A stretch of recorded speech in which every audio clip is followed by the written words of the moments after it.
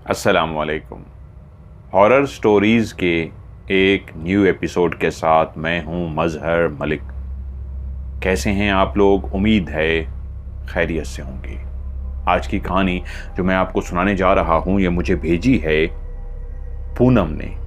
पूनम कहती हैं, मैं इंडिया दिल्ली माहिपालपुर से हूं। 1998 में हरियाणा पलवाल में हमारा घर था। उनके वालिद साहब का नाम बंसी लाल और मम्मी का नाम राजू देवी, और ये 5 बहनें जिनके नाम सबसे बड़ी जिन्होंने कहानी भेजी है पूनम है, दूसरी का नाम श्याम और फिर लालिता और फिर बाबीता और उसके बाद उनका भाई संतोष। क्योंकि बहुत ज़्यादा वाक़यात हैं सच्चे उनकी ज़िंदगी के खौफनाक, तो इसलिए मैंने पहले ही उन सब के जो रियल नाम थे और रियल लोकेशन जो उन्होंने मुझे भेजी है मैंने आपको बता दी है। वो कहती हैं, पहला वाक़या उस वक्त हुआ जब हम सब छोटे थे और जो हमारा घर था, घर इस अंदाज में कि एक छोटा सा गांव जहां दीवार के साथ घर की दीवार जुड़ी हुई थी। और अक्सर ऐसा होता, कभी हम छत पर सो जाते, कभी घर के सहन में, और कभी घर का दरवाज़ा खोल के घर के बाहर जो गली होती, गांव की गली शहर की गलियों की तरह नहीं होती, एक खुली डुली एक चौड़ी कच्ची सी गली होती है जहां पे वेंटिलेशन हवा का इस अंदाज का गुजर होता है कि आपको हवा लगती है। तो हम वहां चारपाइयां डाल के गली में सो जाते, वालिद, वालदा और हम बहनें। पहला वाक़या उस वक्त हुआ जब हमारे घर के साथ जिनका घर था, अंकल और आंटी जो बूढ़े से थे वो रहते थे। तो गांव में तो बाथरूम या वॉशरूम तो नहीं होते थे, तो वो हाजत के लिए रात को बाहर उठे। हर तरफ अंधेरा फैला हुआ था और अभी आधी रात नहीं हुई थी, शायद कोई 10 बजे का टाइम होगा। हम बहनें तो तकरीबन सो चुकी थी। हमारे वालिद साहब को लेट सोने की आदत थी, वो जागते थे। साथ वाले घर से अंकल बाहर निकले माजरत खां, और वहीं गली के किनारे पे जो नाली सी बनी हुई थी वहां वो बैठ गए अपनी हाजत के लिए। वहां से उठे और चलते हुए अपने घर के दरवाजे के अंदर दाखिल हो गए और दरवाजे को बंद करने लगे।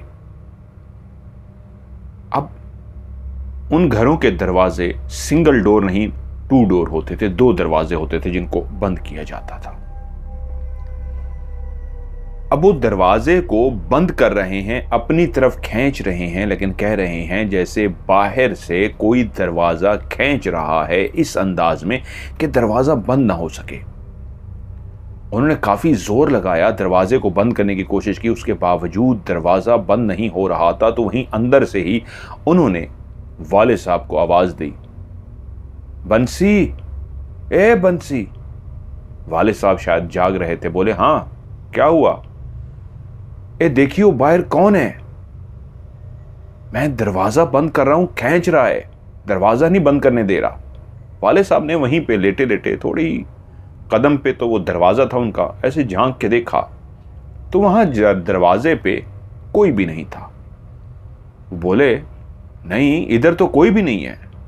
तो वो बूढ़े अंकल फिर से बोले, ओ देख मैं खींच रहा हूं, कोई बाहर से जोर लगा रहा है, और बकायदा इस अंदाज में जोर लगा रहा था कि झटके लग रहे थे दरवाजे को। एक होता है कि कोई पकड़ के खड़ा हो जाए, और वो जब दरवाजे को अपनी तरफ खींचते तो कोई बाहर अपनी तरफ खींचता झटका लेके। तो बकायदा दरवाजे को बाहर से झटके लग रहे थे। तो वो फिर से बोले, ओ भाई देख, कोई दरवाजा बंद ही नहीं करने दे रहा। तो कहते हैं वाले साहब उसी वक्त चारपाई पे जिस अंदाज में लेटे थे, उन्होंने अपना सर उठाया इस तरह के, उठ के देखूं भाई क्या मसला है। मैंने तो देख के कहा कोई नहीं, लेकिन वो कह रहा है भाई कोई जोर लगा रहा है और दरवाजे को बंद ही नहीं करने दे रहा। तो वो जैसे ही उठे हैं तो उठते ही चारपाई की उस साइड पे जहां पे उनके पांव थे, उनकी निगाह पड़ी तो वहीं पे ही उनके रोंगटे खड़े हो गए। उनके चारपाई के बिल्कुल पास ही एक काला सा अजीबो गरीब जानवर नुमा था, वो जानवर नहीं था, लेकिन ऐसा काला स्याह के कहते हैं उसकी गर्दन नहीं थी।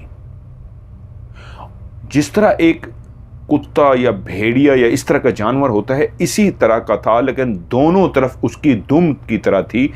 गर्दन उसकी कहीं भी नहीं थी और उससे भी खतरनाक बात, वो हवा में खड़ा था, उसके पांव भी नहीं थे। अब वाले सब उठ के बैठे ये देखने के लिए कि दरवाज़ा कौन बाहर से खींच रहा है, कि निगाह पड़ती है एक अजीब व गरीब मखलूक जो बहुत ही भयानक है, न सर है न पैर है और हवा में है और जानवर से मिलती जुलती है, काली स्याह। उनने जैसे ही देखी तो वाले साहब इतना डर गए कि जोर जोर से चीखना शुरू हो गए।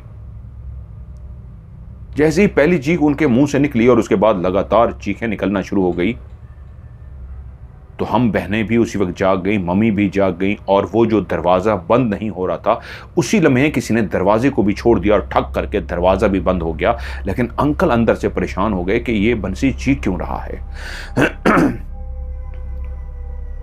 गांव के बाकी लोग भी जाग गए, वो इतने जोर जोर से हमारे पापा चीख रहे थे। जब गांव के लोग भी आ गए, उनको आके कवर किया, क्या हुआ है, क्या हुआ है, क्यों चीख रहे हो। जैसे वो होश में आ गए, जैसे कि सकते में से इतना ही इंतहाई ज़्यादा खौफ में थे, तो वो बोले कि अभी अभी मैंने यहाँ पे किसी भयानक सी चीज़ को देखा है। न सर था, न पाँव था, न गर्दन थी, जानवर से मुशाबा था और बहुत बड़ा था। मेरी चारपाई से बहुत बड़ा, ऐसी खौफनाक जानवर नुमा मखलूक मैंने कभी नहीं देखी। और उसी वक्त वो बुजुर्ग जो बाहर आए थे वो भी बोल पड़े कि मैंने ही इसको आवाज दी थी, कि मेरा दरवाजा बंद नहीं हो रहा था, बाहर पीछे से कोई खींच रहा था। तो इससे मैंने पूछा, इसने कहा कोई नहीं है। मैंने कहा देख यार, कोई खींच रहा है। तो इसने मुझे बताने के लिए ये उठा है शायद, तो इसके बाद इसने कुछ देख लिया है। अब गांव के लोग इधर इधर ढूंढना शुरू हो गए कि क्या चीज़ है, क्या है। इधर उधर हर जगह पे देख लिया, कहीं पे कुछ भी ना मिला तो वहीं पे सब अपने अपने घरों को चले गए कि यार डर गए हो गए। बाज़-औक़ात गाँव के लोग थे, ऐसे वाक़यात होते रहते थे। आबादी बहुत कम होती थी, 7, 8, 10 घरों पे मुश्तमिल एक छोटा सा गाँव कहलाता था। सब अपने अपने घरों को वापस चले गए। वाले साहब लेटे तो रहे, लेकिन उनको नींद नहीं आ रही थी कि रात के कोई 3, साढ़े 3 बजे का वक्त होगा कि उनकी निगाह पड़ती है उसी गली के, जहाँ आगे जाके गली, मकान तो ख़त्म हो गए थे, वो गली भी एक किस्म की ख़त्म हो गई थी, लेकिन कच्चा रास्ता तो था। वो देखते हैं कि एक औरत जिसका रंग काला स्याह है, उसने गांव की औरत की तरह शलवार कमीज पहन रखी है और एक छोटी सी बच्ची जिसका उसने हाथ थाम रखा है, वो बच्ची चलती हुई गली के अंदर दाखिल हुई है। वो डरे हुए थे, जाग रहे थे, बाकी सो गए थे। तो वो समझे कि शायद कोई गांव की औरत है, वॉशरूम वगैरह के लिए बेटी को लेके गई होगी या खुद गई है, क्या मामला है। तो उन्होंने देखा वो दोनों चलती हुई आई, बच्ची भी काली स्याह थी, औरत भी काली स्याह थी, चलती हुई आई हैं। उनके करीब तो नहीं आई, उनसे काफ़ी फासले पे आके रुक सी गई हैं, वहाँ से मुड़ी हैं और मुड़ते हुए वापस उसी तरफ जाना शुरू हो गई हैं जहाँ से वो आई थी। चलते चलते चलते वो फिर गली के कोने पे पहुँच गई हैं, फिर वहाँ से मुड़ी हैं और फिर से चलती हुई उस तरफ आना शुरू हो गई हैं जहाँ पे ये लोग चारपाइयाँ बिछाकर सो रहे थे।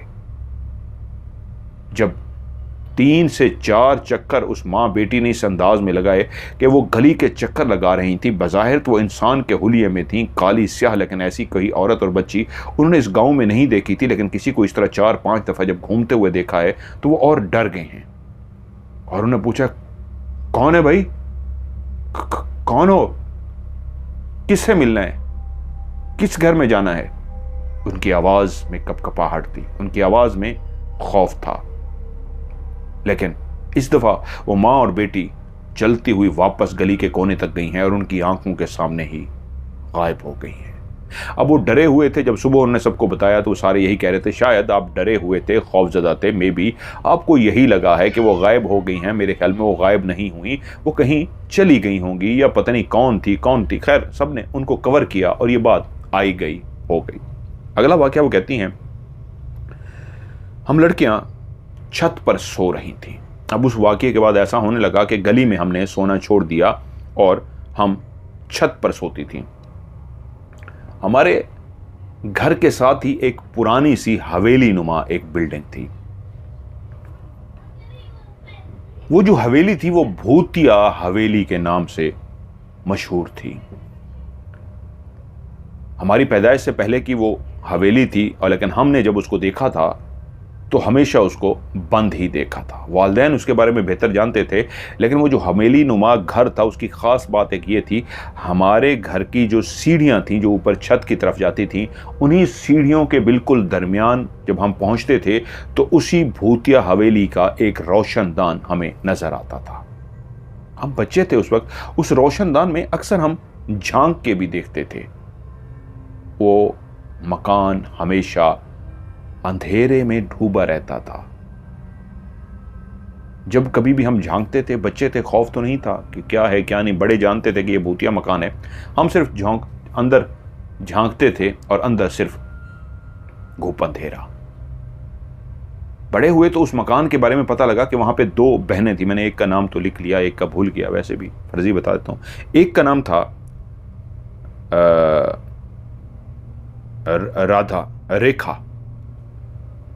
रेखा और उसकी और बहन जो उस घर में रहती थी। गांव वालों का कहना था कि वो सारे गांव वाले अपने घर में सुकून से रात को सोए थे। उस घर में कोई परेशानी नहीं थी। रेखा और उसकी बहन भी बहुत खुश थी, उनके माँ बाप भी बहुत खुश थे, गांव वालों से बहुत अच्छे उनके ताल्लुकात थे, उठना बैठना मिलना सब बेहतरीन था। और हमेशा वो फैमिली हंसती मुस्कुराती रहती, कभी कोई परेशानी। आम जिंदगी की छोटी मोटी परेशानी तो हर किसी को होती है, लेकिन एक रात ऐसी आई कि वो अपने अपने सहन में चारपाइयों पे सो गए। और जब सुबह उठी उनकी वालदा, तो बच्चियों को जब जगाने के लिए मां ने आवाज दी, नौजवान लड़कियां थीं, रेखा और उसकी बहन, तो देखा जब उनकी चारपाई के करीब पहुंची तो वो दोनों इस हालत में थी कि मां की चीखें पूरे घर में गूंजना शुरू हो गईं। घर के लोग भी जाग गए, यहां तक कि उस गांव के बाकी लोग भी चीखों पुकार सुन के पहुंच गए। और जब वहां आके देखा तो वो दोनों लड़कियां इस तरह मरी हुई थीं जिसे किसी ने रात को उनको डराया हो। उनकी आंखें शदीद खुली हुई थी, खौफ से ऐसी आंखें खुली हुई थी कि जैसे कुछ ऐसा देख लिया हो, देखते ही उनको दिल का दौरा पड़ा हो और मर गई हों। अगर गर्दन दबाई जाती, उनके जिस्म पे तशद्दुद किया जाता या किसी तरीके मारा जाता तो ऐसा कुछ भी नजर आ जाता, लेकिन उनकी आंखें दोनों की ऐसी खुली हुई थी कि कुछ भी ऐसा मंजर देखा कि उनका हार्ट फेल हो गया। नौजवान लड़की को उन दिनों में कहां पे दिल पे दौरे होते थे। गांव के खाने वाली खुराकें, गांव के लोग, कभी दिल के दौरे नहीं होते थे, लेकिन गांव वाले समझ गए कुछ ऐसा भयानक दोनों ने देखा था कि दोनों की मौत वाक़ई होगी। अब ये नहीं पता इकट्ठे देखा था या बारी बारी देखा था, लेकिन दोनों मुर्दा हालत में थी। लेकिन उसके बाद वालिदैन जहां रोए धोए और उनको आखिरी रसूमात अदा कर दी गई, उनके वालिदैन बहुत खामोश हो गए थे। गांव वाले पूछते थे, बात करते थे, वो चुप चुप से रहते थे। और फिर एक दिन बगैर किसी को भी बताए वो ये अपनी हवेली नुमा घर को छोड़ के चले गए। तब से गांव वालों को कहना था कि ये भूतिया मकान है, 2 नौजवान लड़कियों को खा गया है, यहां पे कोई भूत था जिसने मारा है।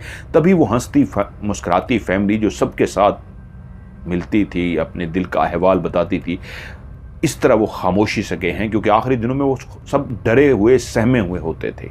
उनके चेहरों पे भी खौफ होता था। किस चीज़ का खौफ था उन्होंने किसी को नहीं बताया था, वहां से चले गए थे। अब वो भूतिया मकान था और हम बच्चे उसकी रोशनदान से अंदर झांकते थे। उसके सहन में हर वक्त खामोशी होती और कमरे तो बंद पड़े रहते। हम लोग एक रात छत पे ऊपर सो रही थी बहनें कि हमारी साथ वाली हमसाई वो कहीं नीचे किसी काम से उठ के अपनी छत के नीचे गई,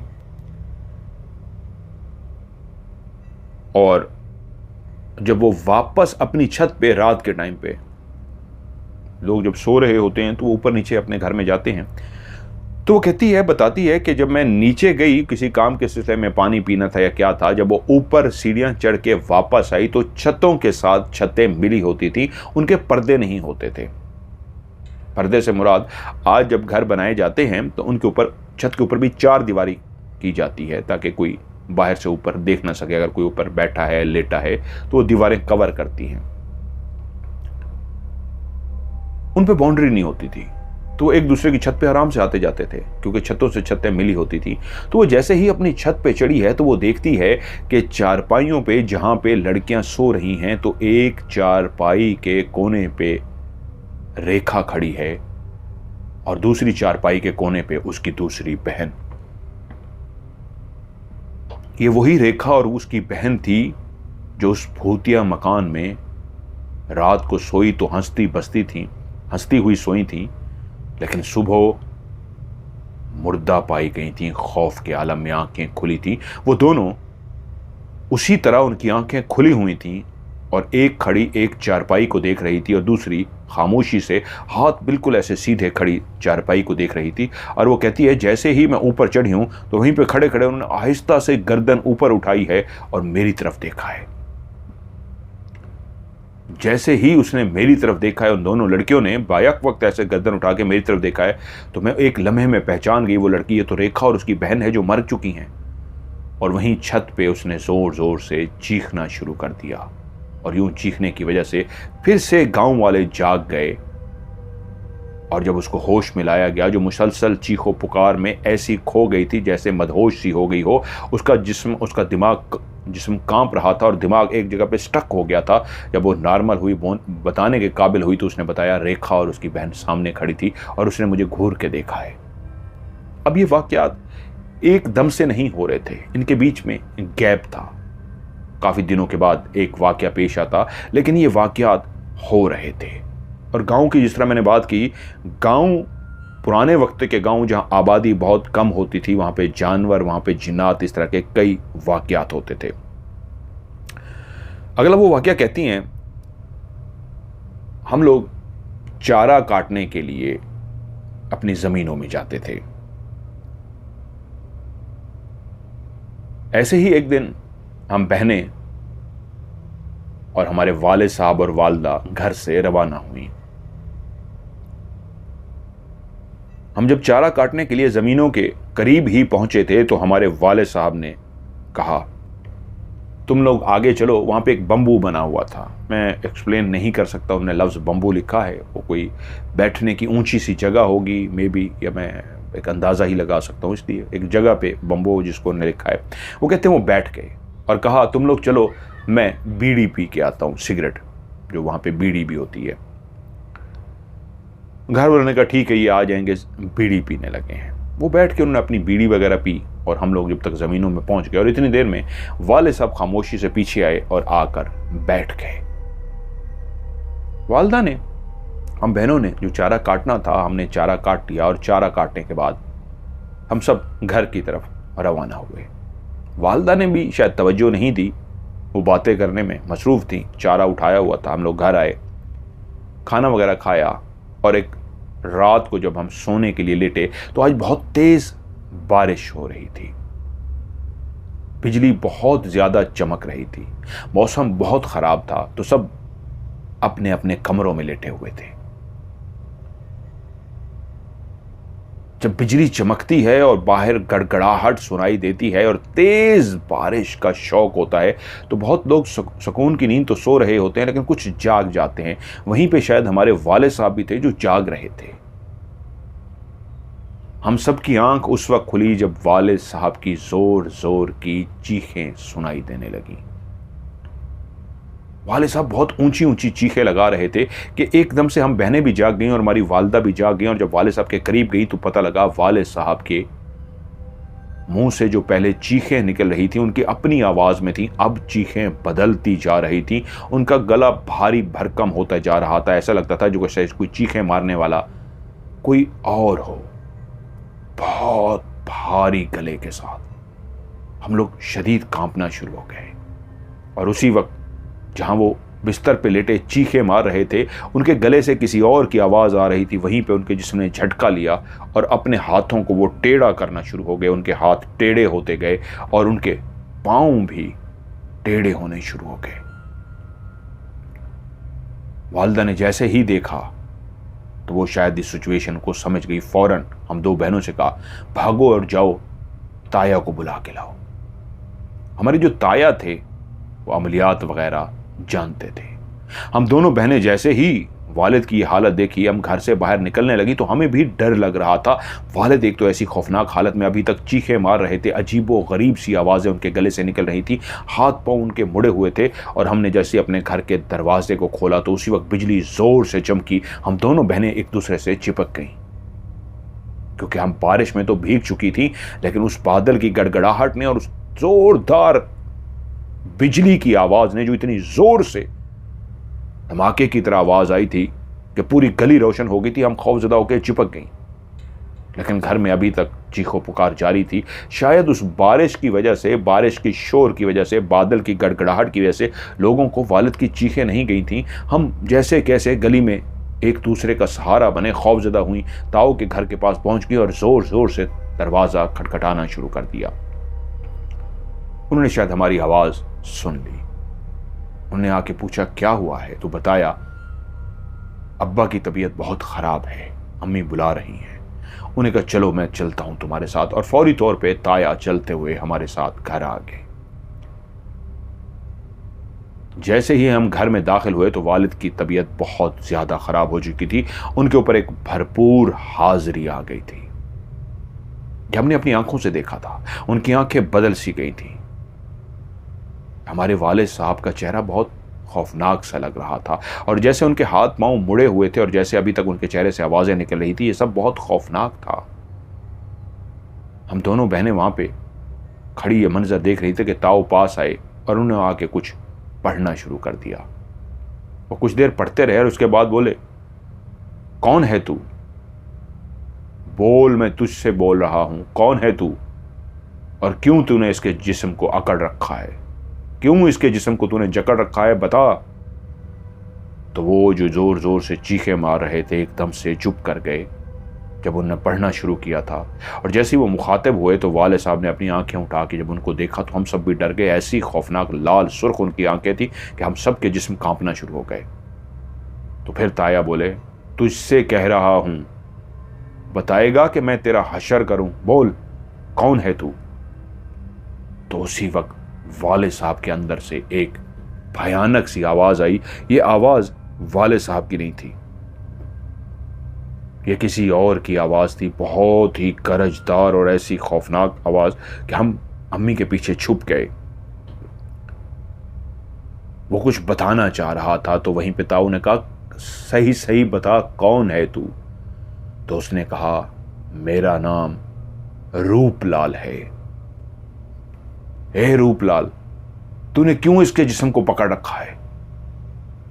इसने क्या कसूर किया, इसने तेरा क्या बिगाड़ा है कि तूने इसको जकड़ लिया है? तो रूपलाल बोला अपने उसी खौफनाक भयानक गरजदार आवाज में, ये उधर बम बैठा हुआ बीड़ी पी रहा था, मैं इसके पास आया, मैं इंसान के रूप में था और मैंने इसे कहा मुझे भी बीड़ी पिला। इसने मेरी तरफ देखा और फिर से बीड़ी पीने में लग गया। इसने मुझे बीड़ी नहीं दी, फिर मैंने इसे जोरदार गरजदार आवाज में कहा ए मुझे बीड़ी पिला।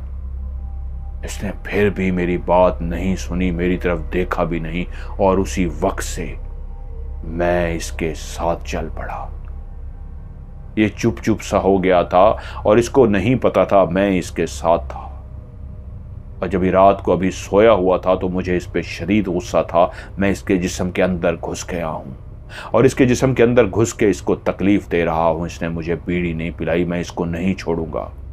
तो ताया बोले बस एक बीड़ी नहीं दी थी और तूने उसके जिस्म को जकड़ लिया, तुझे बीड़ी चाहिए ना, रुक मैं तुझे बीड़ी देता हूं। उन्हें अपने जिस्म से कपड़ों से बीड़ी निकाली, उस बीड़ी को जलाया, आग लगाई। जैसे ही बीड़ी जल गई उठा के सामने फेंक दी। ये पड़ी है तेरी बीड़ी, तुझे बीड़ी चाहिए थी ना, इसी बात का गुस्सा है, इसने तेरा कोई कसूर तो नहीं किया, जा बीड़ी उठा और चला जा। याद रख मैंने तेरी शर्त पूरी कर दी, तुझे बीड़ी चाहिए थी, दे दी, और अगर अब तू ना गया तो तू सोच मैं तेरे साथ क्या करने वाला हूं, पढ़ूं या निकलेगा। तो वो चुप कर गया। ताया ने कहा रुक मैं तुझे बताता हूं। उन्होंने फिर जैसे कुछ पढ़ा तो बोला ठीक है मैं बीड़ी लेके जा रहा हूं। उसी वक्त वालिद साहब जो ऊपर की तरफ झटके मार रहे थे, उनका पूरा जिस्म अकड़ा हुआ था, हाथ पांव मुड़े हुए थे। एकदम से उनके जिसने जोर से एक झटका लिया और ऐसा लगा जैसे उनके हाथ पांव ढीले होने शुरू हो गए। वो जो सख्त ऐसे अजीब से हुए थे, आहिस्ता आहिस्ता आहिस्ता आहिस्ता उनके हाथ पांव ढीले छोड़ना शुरू हो गए और उनकी आंखें जो वो थी वो बंद होना शुरू हो गई हैं, बंद होना शुरू हो गई हैं और वो ऐसे लेट गए हैं जैसे वो नींद में चले गए हों। ताया कुछ देर खड़े रहे, मुड़ के देखा तो वहां पे बीड़ी नहीं थी। शायद वो जा चुका था और बीड़ी भी साथ ले गया था। तभी ताया ने वाले साहब को जगाया, ए बंसीलाल, ए बंसीलाल, उठ जा। थोड़ी देर के बाद वाले साहब ने ऐसी आंखें खोल दी जैसे गहरी नींद से जागे हों और सबको देखा जमा हुए और एकदम से उठ के बोले, क्या हुआ है? सबने कहा, कुछ भी नहीं, अब तो ठीक है। तो ताया ने मम्मी से कहा, अब ये ठीक है, बाकी तो आपने सुन लिया है वो कौन था। और उसके बाद ताया फिर अपने घर को चले गए। अगला वो वाकया बताती हैं, हमारा घर जो था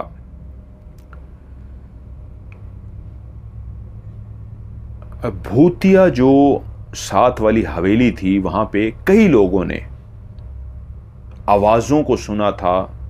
रात के टाइम अगर कोई उन हवेली के आगे से गुजरता तो ऐसा लगता कि घर के अंदर कोई मौजूद है और एक दूसरे से बातें कर रहे हैं। और वो हैरान होते, क्योंकि पहले से डरे हुए थे कि भूतिया हवेली है, वो जल्दी जल्दी वहां से गुजर जाते। वो कहती है, जब वो दोनों बहनें जिंदा थीं तो जिस रोशनदान से हम झांकते थे, उस रोशनदान हमारी सीढ़ियों में खुलता था और जहां से हमारी सीढ़ियां बिल्कुल शुरू होती थी उसी के पास ही एक खिड़की थी। घरों में जैसे आने जाने के लिए बना लेते होते हैं, कोई खिड़की टाइप थी। वो लड़की जो रेखा थी वो अक्सर क्या करती, वो खिड़की खोलती और हमारे घर के सहन में एक हैंडपंप नलका लगा हुआ था, तो हमारे घर में आ जाती, खिड़की खोल के उस नलके से पानी वगैरह भरती और फिर वापस चली जाती। और अक्सर ही ऐसा होता। एक आम सी बात थी। अब वो घर खाली था और भूतिया मकान था। हम लोग अपने घर में रात को सो रहे थे। ये काफ़ी अरसे के बाद का एक वाकया है। ये एकदम से वाकया नहीं हुए, जैसे मैंने कहा बहुत गैप के बाद वाकया हो रहे हैं। कि वो कह रही हमें आंख खुली, मम्मी को बाहर दरवाज़ा खोल के वॉशरूम के लिए गई और जब वापस घर में दाखिल हुई हैं तो देखती हैं खिड़की से, वो जो काफ़ी सालों से खिड़की को बंद कर दिया गया, कई सालों से, कई महीनों से बंद थी खिड़की, जो अब कोई भी नहीं आता था। उन्होंने देखा वो खिड़की खुली है और वो एकदम से रुक सी गई हैं कि ये किसने खिड़की खोली है, और एकदम से वो अपनी जगह पे साकित सी हो गई हैं। और उन्होंने देखा खिड़की खोल के वो रेखा लड़की जो थी वो अंदर घर में दाखिल हुई है। मम्मी को यकीन ना आया कि मैं ख्वाब देख रही हूँ, क्या है, रात का पहर है, सब सो रहे हैं, रेखा अंदर क्या करने आ रही है। और रेखा चलती हुई आई है और हमारे उस नलके के पास आके खड़ी हो गई है। जैसे वो पहले पानी भरने के लिए आती थी वैसे ही आके वो नल के पास खड़ी हो गई। उसकी आंखें लाल सुर्ख थीं और वो गुस्से से मम्मी को देख रही थी। मम्मी उस वक्त जैसे किसी जादू में चली जाता है, खौफजदा इंसान हो जाता है। वो खौफजदा होने के बाद खौफजदा नहीं हुई, बल्कि मम्मी बाद में हमें बताती है कि पता नहीं मुझे क्या हुआ। मैंने कहा, ओ रेखा, तू इधर क्या कर रही है मेरे घर में रात के इस टाइम? तो वो चुप करके मुझे खड़ी देखती रही है। तो मम्मी को और गुस्सा आ गया, मैं तुझसे बोल रही हूं, तू खड़ी हुई है, मुझे बता नहीं रही, क्या कर रही है मेरे घर में? रेखा खड़ी रही। मम्मी को और गुस्सा आ गया। मम्मी कहती है, मैं आगे गई हूं। घर में डंडे पड़े हुए थे, उन्होंने एक बड़ा सा डंडा उठाया कि रुक, मैं तुझे अभी बताती हूं। उन्होंने जोर से वो डंडा दोनों हाथों में पकड़ा और इस तरह पकड़ के पीछे लहराया कि उसके करीब गई उसको मारने के लिए, और जैसे उसके सर में मारने लगी हैं, मम्मी को उसके बाद कोई होश नहीं रहा। घर में एक जोर सी चीख सुनाई दी है। घर वाले उठे हैं, जल्दी से एक दूसरे को जगाया तो देखा मम्मी बेहोश पड़ी हुई है, जमीन पे इस तरह गिरी हुई हैं कि उनका सर जिस वक्त वो गिरी थी तो डंडा उसी तरह उनके हाथ में ही रह गया और सर के बल वो नीचे जाके गिरी थी और उनकी आंखें शदीद खौफ से खुली हुई थी। हम लोग सारे परेशान हो गए और मम्मी को जब जगाने की कोशिश की तो उसी वक्त मम्मी के अंदर हाजिरी होनी शुरू हो गई, वैसी ही हाजिरी जैसे हमारे अब्बा के अंदर हाजिरी हुई थी। फिर हम सारे भागे ताया को बुला के लाए। रात का टाइम था, साथ ही घर थे। ताया आ गए और मम्मी के अंदर फिर से हाजिरी आई हुई थी। ताया कुछ देर पढ़ते रहे, मम्मी को हम उठा के चारपाई पे ले आए और उसके बाद ताया बोले, कौन है तू और क्यों तूने इसके जिस्म को जकड़ रखा है? तो मम्मी के अंदर से रेखा की आवाज आई। हम सब उस आवाज को पहचानते थे, सबने पहचान लिया। उसने कहा, मैं हूं रेखा। अरे तू रेखा, तूने इसको पकड़ रखा है, तूने इसे जकड़ रखा है, क्यों जकड़ा है तूने इसे? इसने तेरा क्या बिगाड़ा है? तो रेखा बोली, ये मेरे सर में डंडा मारने लगी थी और जब मुझे यकीन आ गया कि ये मेरे सर में डंडा मार देगी तो फिर मैं जल्दी से इसके वजूद के अंदर घुस गई। अगर मैं इसके वजूद के अंदर ना घुसती तो ये मेरे सर में डंडा मार देती। तो ताया बोले, अब इसको छोड़ दे और चली जा इसके वजूद को छोड़ के, और तू आज के बाद कभी नजर ना आए। तू पहले भी छत पे किसी को नजर आई है और तेरी बहन भी नजर आई है और डर गए हैं। तेरी वजह से गांव में परेशानी हुई है और अब तू इसके वजूद को जकड़े हुए है। इसके वजूद को छोड़ और रेखा जा यहां से और फिर दोबारा नजर ना आई। आगे से खामोशी। अब वालदा के मुंह से जब से ताया आए थे, अजीबो गरीब, पहले जब तक हाजिरी तो हो चुकी थी, अजीबो गरीब सी आवाजें आ रही थी। लेकिन जब ताया हम कलाम हुए थे तब वो अम्मी, जो हमारी मम्मी थी, वो खामोश हुई थी और उनके अंदर से रेखा की आवाजें आ रही थी। अब मम्मी खामोश हो गई थी। ताया बोले, मैं तुझसे कह रहा हूं और तू आगे से चुप हो गई है, तुझे क्या कहा है, निकल यहां से। आगे बिल्कुल खामोशी। तो ताया बोले, रुक, मैं तुझे सबक सिखाता हूं। तो एकदम से आगे से वो बोली है जो चुप पड़ी हुई थी, मम्मी के अंदर दाखिल थी, हाँ जाती हूं, ये ना पढ़ो, ये ना पढ़ो, ये ना पढ़ो। और उसी वक्त मम्मी इस अंदाज में झटका मार के बिल्कुल रिलैक्स हो गई, जैसे उनके हाथ पांव जो मुड़े हुए थे आहिस्ता आहिस्ता खुलना, ढीले होना शुरू हो गए और मम्मी आहिस्ता आहिस्ता ढीले हो गई। वो रेखा मम्मी के जिस्म से उसी वक्त निकल गई थी। खैर, फिर हमने मम्मी को जगाया, उनसे बातें की और अंदाज़ा हुआ कि वो होश में आ चुकी हैं। और मम्मी से हमने फिर पूछा कि मम्मी क्या हुआ था जब वो बेहतर हुई। ताया भी वहीं थे, ताई भी आई हुई थी। उनसे पूछा क्या हुआ था, तो मम्मी ने बताया कि मैं इस तरह उठी हूँ, मैंने देखा रेखा थी और मैंने डंडा उठा लिया। तो सारे बोले, मम्मी आपको डर नहीं लगा? वो खुद बोली, हाँ मैं खुद हैरान हूँ, मैं डरी क्यों नहीं, मैं तो डरपोक हूँ, इतना ज्यादा भी नहीं हूँ, लेकिन रेखा अगर खड़ी थी रात के टाइम, मुझे तो डर जाना चाहिए था। तो उसी वक्त सबको अंदाजा हुआ शायद रेखा जो खड़ी मम्मी को देख रही थी उसी ने जादू किया था या क्या था कि मम्मी को डर ही नहीं लगा और मम्मी ने डंडा उठा लिया था उसको मारने के लिए। खैर, मम्मी उसके बाद ठीक हो गई। अगला वो वाकया कहती हैं,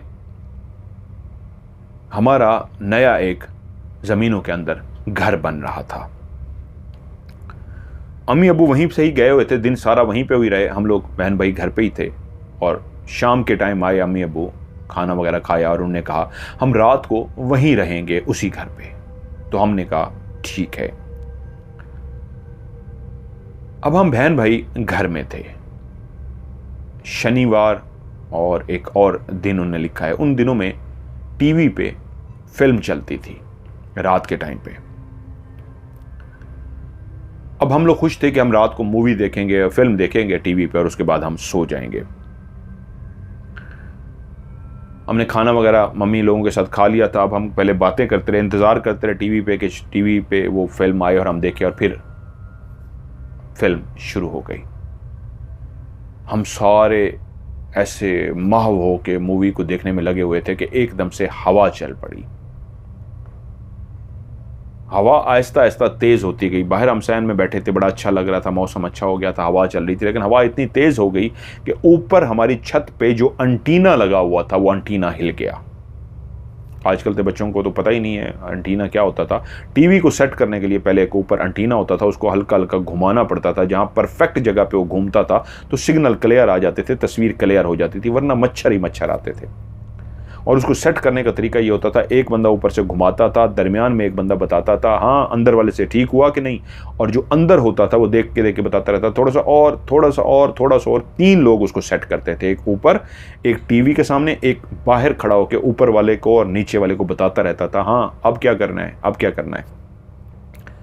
तो एकदम से हमारी जो मूवी थी ना वो बंद हो गई, क्योंकि मच्छर आने शुरू हो गया, एंटीना हमारा घूम गया था। तो हमारी बड़ी बहन बाबीता बोली कि मैं इतने दिनों से सोच रही थी इसको जाके अच्छी तरीके बांध आऊं, लेकिन ये हिल गया, कोई नहीं मैं इसको अभी ठीक करके आती हूँ। एक बहन नीचे खड़ी हुई और बाबीता ऊपर चली गई। उसने जाके एंटीना को ऐसा ऐसा घुमाना शुरू कर दिया और नीचे बहन से पूछती हाँ अब बताओ, और वो बताती जाती हाँ ऐसे है ऐसे है। जब एंटीना बिल्कुल ठीक हो गया वो नीचे उतर आई और हमने फिर से वो फिल्म देखनी शुरू कर दी। तस्वीर अब ठीक आ गई थी। तकरीबन 11, साढ़े 11, 12 बज गए, साढ़े 12 बज गए जब मूवी, वो लेट नाइट आती थी। अब मूवी ख़त्म हो गई और हम बहन भाई सोने लगे।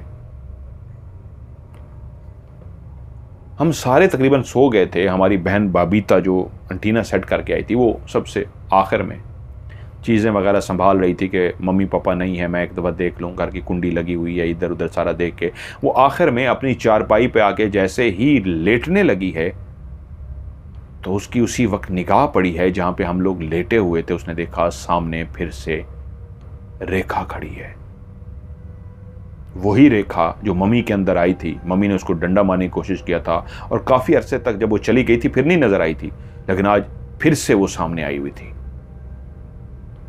और जैसे ही उसने रेखा को देखा तो उसके मुंह से जोरदार चीख निकल गई। हम भी अभी सोए हुए, थोड़ी ही देर हुई थी, हम भी सारे डर के उठ गए कि क्या हुआ क्या हुआ। तो उसने कहा वो देखो सामने। हमने देखा तो वहां पे कुछ भी नहीं था। हम सारे जागे, क्या हुआ आप ही, क्या हुआ? तो उसने कहा मैं ऐसे चारपाई पे लेटने ही लगी हूं कि मैंने देखा है सामने वो उस जगह पे रेखा खड़ी हुई थी और वो मुझे देख के मुस्कुरा रही थी। मैंने जैसे ही रेखा को देखा, वो मरी हुई लड़की जब सामने खड़ी हो और एक नौजवान लड़की उसको देखेगी उसको तो डर लगेगा। कहती मैंने उसे जैसे ही देखा वो मुझे देख के मुस्कुरा रही थी। एकदम से मुस्कुराते हुए उसका चेहरा इतना खौफनाक हो गया कि मैं बता नहीं सकती। हमने कहा आप ही फिर भी क्या था? कहती है आप ही कांप रही थी। कहती है उसका चेहरा पहले रेखा की तरह था, उसने मुस्कुराई है और जैसे ही वो मुस्कुराई है तो उसके जो मुंह था वो बड़ा होना शुरू हो गया है। यानी जब कोई मुस्कुराता है, दांत खोलता है तो उसका मुंह बड़ा होता गया है, उसका वो वाला हिस्सा बड़ा होता गया है और इतना बड़ा हुआ है कि उसके बाद उसका पूरा चेहरा ढांचे में बदल गया है।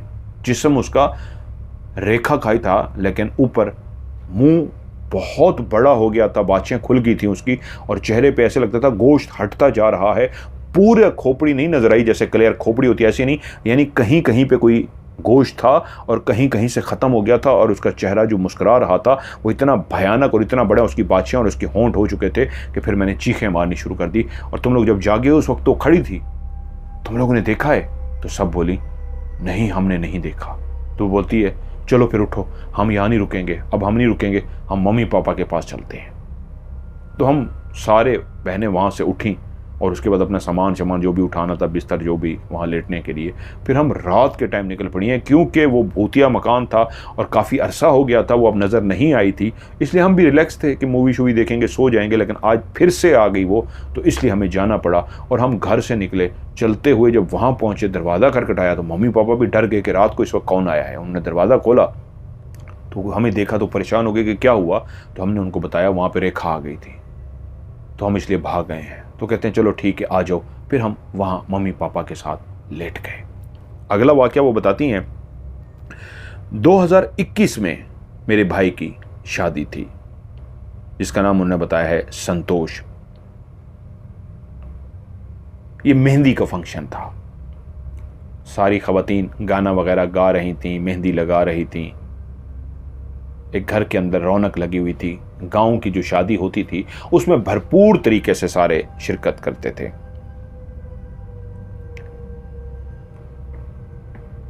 तकरीबन 12:15, साढ़े 12 बजे आहिस्ता आहिस्ता फंक्शन कम होने लगा। गांव के जो उस वक्त फंक्शन होते थे 12:30 तक तकरीबन ख़त्म हो जाते थे। जहां घर के अंदर गहमा गहमी थी, सारे गांव के लोग जमा हुए हुए थे। मर्द भी जमा थे और औरतें सारी गाना वगैरह गा रही थीं। अब 12 साढ़े 12 जब हुए हैं तो गाना बजाना बंद हो गया, लेकिन अभी पे वहीं सारे ही अभी तक जमा थे। हमारे वाले साहब घर में दाखिल हुए। जब वो घर में दाखिल हुए, ताया भी वहीं पे थे, तो उनकी आंखें अजीब सी थीं और वो इस तरह चलते हुए आए थे जैसे हमारे वाले साहब ऐसे चलते नहीं थे। हम सारे परेशान हो गए घर वाले कि क्या हुआ इनको। तो बोले बंसी राम क्या हुआ है। तो वाले साहब जो चलते हुए आए थे, आके खड़ा हुए, रोशनियां की हुई थी और आके खड़े हुए और इस तरह एक जगह पे देखी जा रहे हैं। ताया उस वक्त सामने नहीं थे। तो घर वालों ने पूछा कि क्या हुआ है आपको, आप इस तरह क्यों देख रहे हैं, क्या हुआ है। तो उसी वक्त हमारे बाबा के अंदर से एक आवाज आई। वो हमारे बाबा की आवाज नहीं थी। वो आवाज बोली, घी पूरा और ताजी रोटी लाओ। सारे एकदम से परेशान हो गए, जो अभी बाकी नहीं आए थे, जिनको अभी तक पता नहीं लग सका था, कुछ जमा हुए थे, बाकी तो इधर उधर थे। तो वो कह रहे क्या कह रहे हो, कह रहे हां घी पूरा और ताजी रोटी लाओ। इधर उधर के बाकी भी सारे लोग जमा हो गए और वो इस तरह खड़े हुए हैं रोबोट की तरह, उनकी आंखें अजीब सी हैं और वो घी पूरा और ताजी रोटी की बात कर रहे हैं। वो खाना वगैरह खा चुके थे, रात को इस तरह खाना नहीं खाते। तो उन्होंने कहा क्या हो गया आपको, ताया को बुलाओ, ताया को बुलाओ। शोर समझ गया, सारे भागे, ताया को लेके आए। ताया जैसे ही दरवाजे से दाखिल हुए तो दूर से ही ठटक गए, कहते नहीं कोई बुरी चीज आ चुकी है, रुको। चलते हुए गए, वालिद साहब के सामने आ गए। वालिद साहब को देखा, उनकी आंखों में देखते रहे, उसको बोलते हैं अच्छा एक बात बता, घर के बाहर के हो या घर के अंदर के। वालिद साहब खामोश। अब रात का मंजर है, उस शादी वाले घर में जहां मेहंदी का फंक्शन है, जहां खुशी एक थी, ढोलक बज रही थी, गाना बजाना हो रहा था, वहाँ पे सारी खामोशी है और एक खौफ का सा समा है। वाले साहब इस अंदाज में सामने खड़े हैं, आंखें खुली हुई हैं और अजीब सी आवाज़ में घी पूरा और ताज़ा रोटी की डिमांड है। और जब वो पूछते हैं तुमसे कह रहा हूँ अंदर के हो या बाहर के, तो बगैर पलके झपकाए वाले साहब के अंदर से आवाज़ आई, बाहर का हूँ। ताया बोले तो तू फिर क्यों यहां आया है।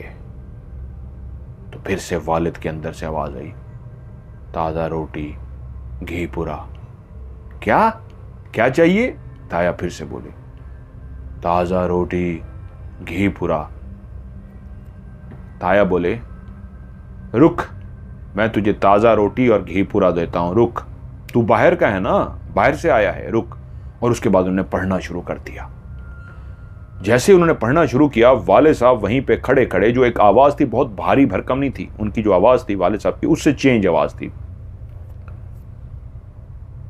और वाले साहब वहीं पे खड़े खड़े ऐसे हल्का हल्का, पहले हल्का हल्का कांपना शुरू हो गए। ताया पढ़ रहे हैं और वाले साहब का वजूद हल्का हल्का हम देख रहे हैं कांप रहा है।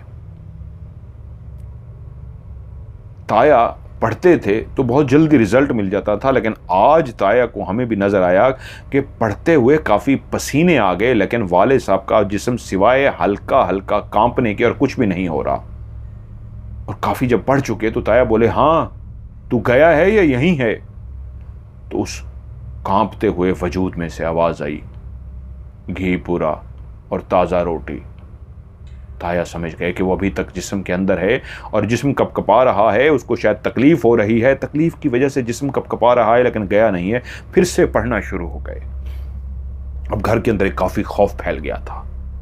वो फिर से पढ़ते रहे और उसके बाद उनका वजूद अब आहिस्ता आहिस्ता कांपने की बजाय जोर जोर से कांपना शुरू हो गया। उनका जोर जोर से जिसमें इस तरह कांपता गया कि ताया ने पढ़ते पढ़ते एकदम रुक गए और बोले पीछे खड़े हो जाओ, ये गिरेगा, इसको पकड़ लेना, ये सर के बल ना गिरे, इसको चोट लगेगी। अब 2-3 जो तगड़े थे वो पीछे इस तरह खड़े हो गए।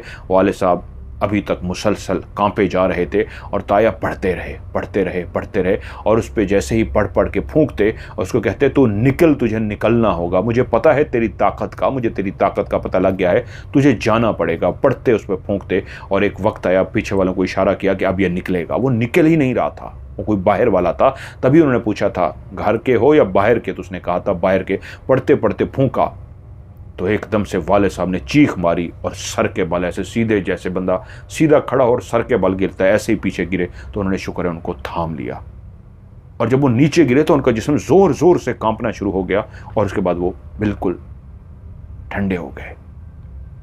उनको मुश्किलों से होश मिलाया गया और उसके बाद ताया से पूछा गया क्या था।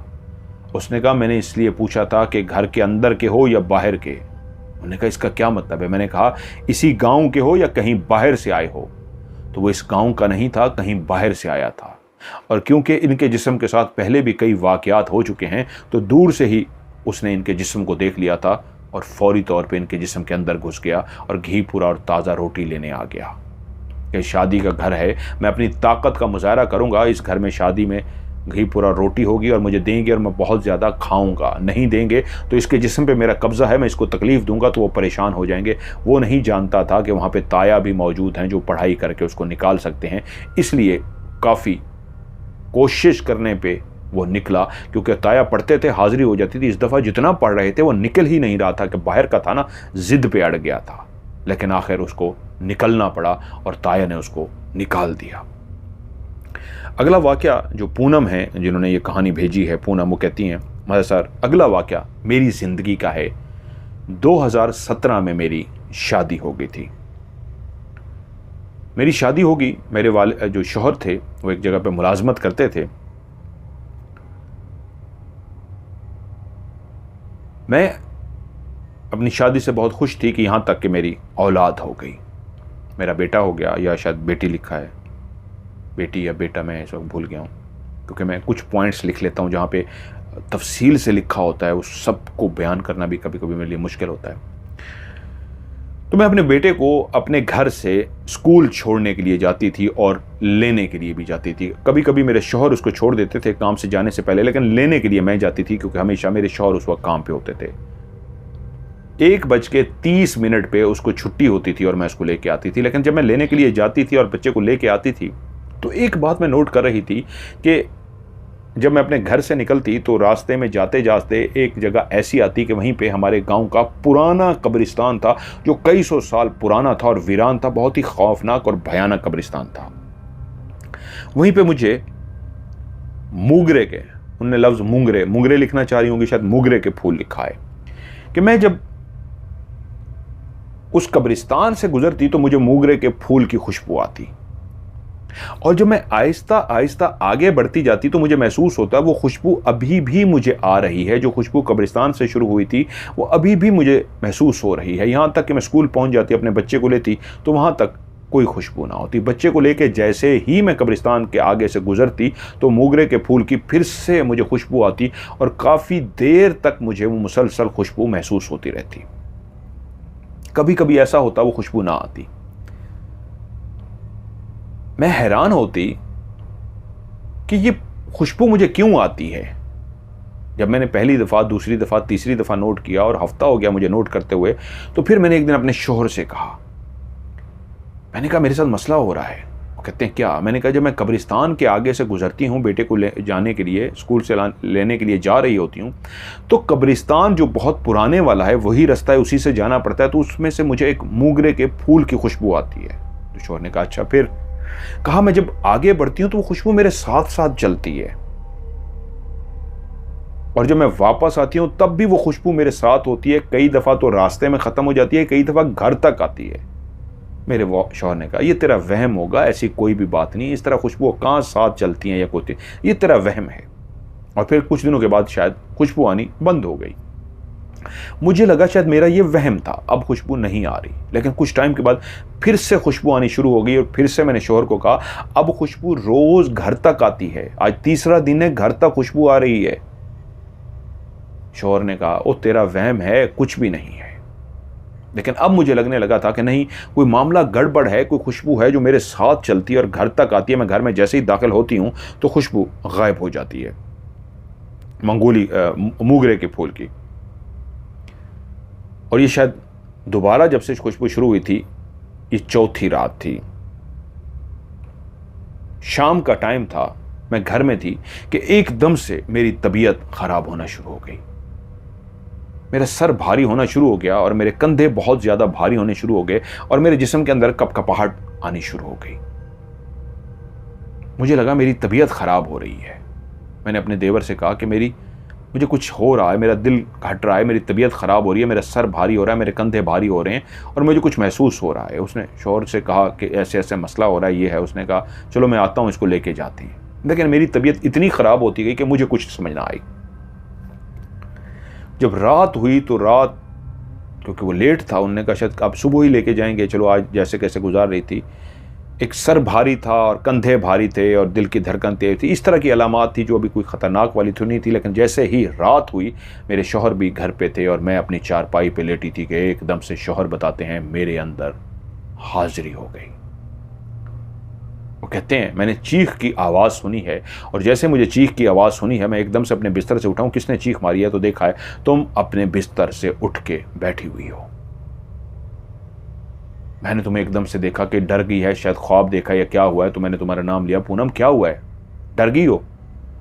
तो तुमने मेरी बात का जवाब ही नहीं दिया। फिर से मैंने कहा पूनम क्या हुआ है, सब खैर है? तो कहते हैं एकदम से तुम्हारे मुंह से चीख निकली है और जैसे ही तुमने गर्दन मोड़ के मेरी तरफ देखा है तो मैं डर गया हूं, ये तो पूनम ही नहीं है, ये तो कोई और है। तुम्हारी आंखें सफ़ेद हो चुकी थी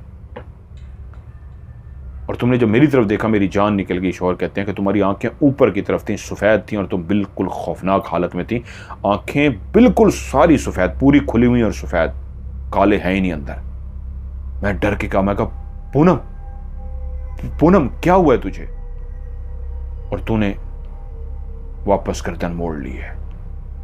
और उसके बाद अभी तक जो तेरे हाथ बिल्कुल नॉर्मल थे, तू ऐसे हाथ रख के बैठी हुई थी, तेरे हाथ ऐसे उंगलियां टेढ़ी होनी शुरू हो गई हैं, अजीब सी उंगलियां टेढ़ी होती गई हैं और तू गर्दन को कभी एक साइड पे ऐसे झुका लेती थी, हाथ टेढ़े ऐसे आगे करके बैठी और कभी गर्दन को दूसरी साइड पे ऐसे झुका ले। अब शादी हो चुकी, ताया तो नहीं थे उसको बुला लेते, अब दूसरे किसी गांव में थे या दूसरे किसी उस जगह पे थे कि ताया नहीं थे बुलाने वाले, घर भी वो चेंज हो चुका।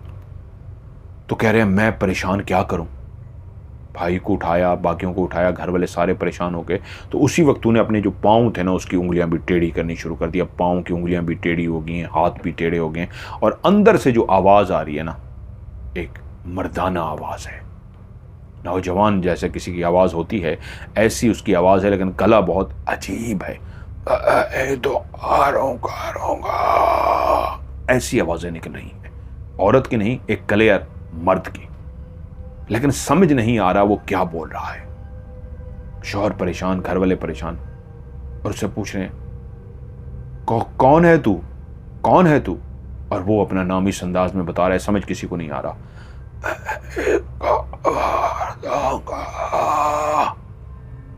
वो रात सारी इसी तरह पूनम कहती है मेरी यही हालत रही, जो शौहर बताते हैं कि इस वक्त लेके भी जाएं तो कहाँ लेके जाएं। अब यही है, जैसे ही सुबह होगी तो इसको लेके जाएंगे। वो कहते हैं बैठी रही है पूनम ऐसे, अपने हाथ पाँव ऐसे अकड़ाए, पाँव अकड़े हुए, हाथ अकड़े हुए, आंखें सफ़ेद। और जब सुबह हुई है तो सुबह अजान की आवाज़ आई है। जिस जगह पे रहते थे मस्जिद होगी पास कहीं, कहते हैं अजान की जैसे आवाज़ आई है ना, अजान की आवाज़ गूंजी है, अल्लाह अकबर अल्लाह अकबर। तो इसने एकदम से यूं गर्दन घुमा के अजान की जैसे आवाज़ सुनने की कोशिश करती हैं, ऐसे गर्दन घुमाई है, ऊपर की तरफ देखा है और वापस गर्दन घुमा के आंखें बंद कर ली हैं। रात सारी पूनम ने वो सफ़ेद आंखें जो उसकी थी, पलकें ही नहीं झपकी थी। हमें नहीं याद कि उसने पलकें झपकी, कोई एक दफ़ा झपक दियो कहते हैं, हमें नहीं याद, लेकिन उसने पलकें नहीं झपकी थी। और जब अजान की उसने एक दफ़ा यूँ करके ऊपर अजान जैसे सुनने की कोशिश करता है कोई, अजान ऐसे गर्दन ऊपर करके की और जैसे ही गर्दन पीछे की है, वापस की है, उसकी आंखें बंद हो गई हैं। और आंखें जैसे ही बंद नहीं है, उसके हाथ पाँव जो उसने आगे ऐसे किए हुए थे, अकड़े हुए थे ना, वो ऐसे ढीले किए उसने, पहले आहिस्ता आहिस्ता ढीले किए और उसके बाद आहिस्ता आहिस्ता आहिस्ता आहिस्ता आहिस्ता आहिस्ता हाथ उसने ऐसे नीचे रखे हैं। फिर पाँव को सीधा किया, बाद में पाँव जो टेढ़े मेढ़े हो गए थे उनको आहिस्ता आहिस्ता सीधा किया और फिर खुद से आहिस्ता आहिस्ता आहिस्ता चारपाई पे सो गई है। अब हम डरे हुए हैं कि ये जाग रही है, सो रही है, ये क्या हुआ है। अजान पूरी ख़त्म हो गई, हम भी चुप रहे। उसके बाद इसको जगाया, पूनम पूनम पूनम, थोड़ी देर इसको जगाते रहे, मुसलसल जैसे गहरी नींद सो रही हो। काफ़ी कोशिश की, आखिरकार ये जाग गई और जब जागी तो इसकी आंखें बिल्कुल नॉर्मल थी और ये हमें देख के ऐसे कर रही है, हाँ हाँ क्या हुआ है, बिल्कुल नॉर्मल, जैसे उसको कुछ याद नहीं। फिर इसको उन्होंने फैसला किया कि इसको मौलवी साहब के पास लेके चलते हैं, अजान हुई है तो इसकी हालत ठीक हुई है। तो वो लेके उसको मस्जिद साहब के मौलवी साहब के पास लेके गए हैं। अब मौलवी साहब ने पढ़ाई की और बहुत कुछ उन्होंने बताया और कहा कि ये तावीज़ इसको पानी में घोल के पिला देना, और ये एक मैं धागा दे रहा हूं, इस धागे को इसकी कमर पे बांध देना और एक धागा इसके गले में डाल दिया, गिरें लगा के धागे को, एक कमर पे, एक पानी वहीं पे इमाम साहब ने जो दम किया था वो वहीं पे उसको पिला दिया गया। और तावीज़ जो थे, एक जो कुछ कुरानी आयात लिखी हुई थी और एक ख़ास ज़ाफ़रान से लिखी गई थी, वो पानी में मिक्स किया, वो इसको पिला दिया और तावीज़ इसको बांध दिए गए। अब ये ठीक रही सारा दिन, कोई नहीं हुआ। लेकिन मौलवी साहब ने जो कहा वो मैं एंड पे बताता हूँ कि इसका जिस्म तकलीफ़ में है, इसके अंदर जो वो आया था एकदम से कमज़ोरी महसूस करी, इसको अगले दिन काम ना कराना, इसको अभी आज सारा दिन रेस्ट कराओ, इसको खिलाओ पिलाओ। सारा दिन उसने रेस्ट की, उसको खिलाया पिलाया। रात के टाइम पूनम कहती है कि मुझे याद है कि जब मेरी आंख खुली है, रात का कौन सा पहर था, घर वाले सो गए थे इस सुकून के साथ कि अब ठीक हो गई है, मसला नहीं है, एक दो कल तक ये और ठीक हो जाएगी।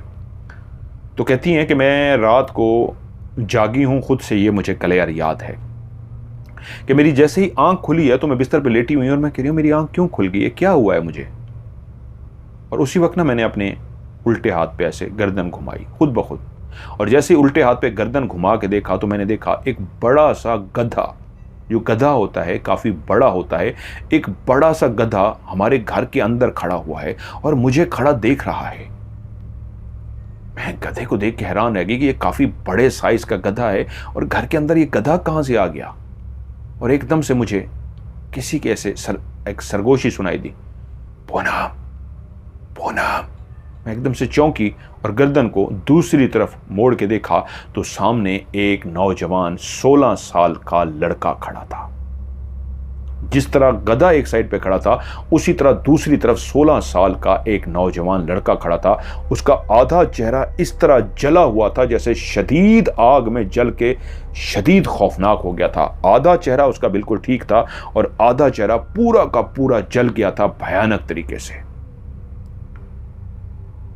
और उसी ने मुझे सरगोशी करके बुलाया था और जैसे ही मैंने उसकी तरफ देखा तो बोला, ये उतार दो, ये जो तुमने कमर में पहन रखा है धागा, इसको उतार दो, और ये जो तुम्हारे गले में है इसको भी उतार दो। मैं एकदम पहले गधा देखा था और उसके बाद वो लड़का जिसका चेहरा भयानक था, जला हुआ चेहरा था, उसकी आवाज़ क्लियर मुझे सुनाई दी थी। वो कह रहा था तावीज़ उतार दो, ये धागे जो हैं ये उतार दो। मैं डर सी गई, मेरा हाथ ऐसे डरते डरते शौहर तक गया जो पास ही चारपाई पे लेटा था। मैंने उसको पकड़ के झंझोड़ दिया, वो नींद से उठ गया। हाँ हाँ क्या हुआ है, मैंने ऐसे डरते हुए उंगली उसकी तरफ की। अभी तक वो वहीं खड़ा था। क्या हुआ है पूनम, क्या हुआ है? मैंने ऐसे कांप रही थी मेरी उंगली, हाथ कांप रहा था। मैंने कहा वो देखो वो खड़ा है। मेरे शौहर ने फौरन गर्दन घुमा के उधर देखा, कहते कौन कौन खड़ा है? मैंने कहा वो लड़का खड़ा है। शौहर ने कहा उधर उधर देखा, कहता वहां तो कोई भी नहीं है, और एकदम से उठ के मेरे पास आ गए और घर वालों को भी जगाना शुरू कर दिया कि वो बाकी तावीज़ कहाँ है, जल्दी से लेके आओ, जल्दी से लेके आओ। वो ज़ाफ़रान से लिखा हुआ जो तावीज़ था वो बाकी भी लेके आए, उसको जल्दी से पानी में घुलाया, पानी में घोल के उसी वक्त उन्होंने मुझे पिला दिया। और मैंने जैसे ही पानी पिया वापस उस जगह पे देखा तो वहाँ पे कोई भी नहीं था। अब मैं बेहतर, मतलब मुझे याद सब कुछ था। तब मुझे शौहर ने बताया, अब बताओ ठीक हो? मैंने कहा हाँ मुझे सब याद है। मैंने कहा क्या याद है? मैंने कहा मैंने इधर देखा था, इधर गधा था, मुड़ के देखा अब वहाँ पे कुछ नहीं था। और मैंने इधर, मुझे किसने बुलाया, वो 16 साल का लड़का था जिसका चेहरा जला हुआ, मुझे कह रहा था ये गले में और कमर में जो तावीज़ ये धागा बांधा हुआ है ये उतार दो। तभी मैंने आपको जगा दिया और जब आपने मुड़ के देखा तो उस वक्त भी वो खड़ा हुआ था। आपको नजर आया? उन्होंने कहा नहीं। खैर वो रात मैंने जाग के गुजारी, मुझे डर की वजह से नींद नहीं आई। और अगले दिन फिर से मौलवी साहब के पास लेके गए और उन्होंने कहा हाँ मुझे था कि वो आ सकता है दोबारा से, इसलिए ये मैंने तावीज़ दिया था, ये तावीज़ एक दफ़ा और इसको पिला देना, अब वो नहीं आएगा क्योंकि वो जान चुका है। और कुछ अर्सा ये अपने गले में डोरी और ये कमर में बांध के रखेगी, फिर उतार दे। और कुछ अर्सा मैंने वो बांध के रखा गले में भी और वो भी, और अगले दिन में मुझे पिला दिया और उसके बाद फिर मुझे कुछ नहीं हुआ। मौलवी साहब ने जो बताया था वो ये था कि जब ये उस कब्रिस्तान से गुजरती है तो वहाँ पे एक शैतानी ताकत है जो इसके साथ एक खुशबू बन के आहिस्ता आहिस्ता चलती है, इसको वर्गलाती है कि ये उसको खुशबू समझती है, वो बदबूदार है, वो खुशबू नहीं है। इसको वर्गलाने के लिए कि उसको बार बार सूंघे और इसकी तरफ अट्रैक्ट हो, उसको अच्छी लगनी शुरू हो जाए, वो इसके साथ चलता हुआ आता है और इसको अपनी तरफ मुतवज्जो करने के लिए अपनी बदबू को ख़त्म करके उस खुशबू को फैलाता है। और वही है जो आखिरी दिन, जो मुसलसल ये आखिरी दिनों में बता रही थी, ये मुसलसल उसके साथ आता था और आखिरी दिनों में जब ये अपने शौहर को बता रही थी तो उसी रात ये घर के अंदर आ गया। पहले ये घर के अंदर नहीं आता था, बाहर तक ही रुक जाता था, उसको बाहर तक की खुशबू महसूस होती थी। उस दिन ये घर के अंदर आ गया, ये फैसला कर चुका था इसके वजूद के अंदर दाखिल होने का। और जब ये रात को सोई हुई थी वो इसके पास जाके लेटा है और फिर इसके वजूद के अंदर दाखिल हो गया। तभी आप लोगों ने जब इसको देखा, इसने चीख मारी थी, जब वो इसके वजूद के अंदर घुसा था तो इसको बहुत तकलीफ हुई थी।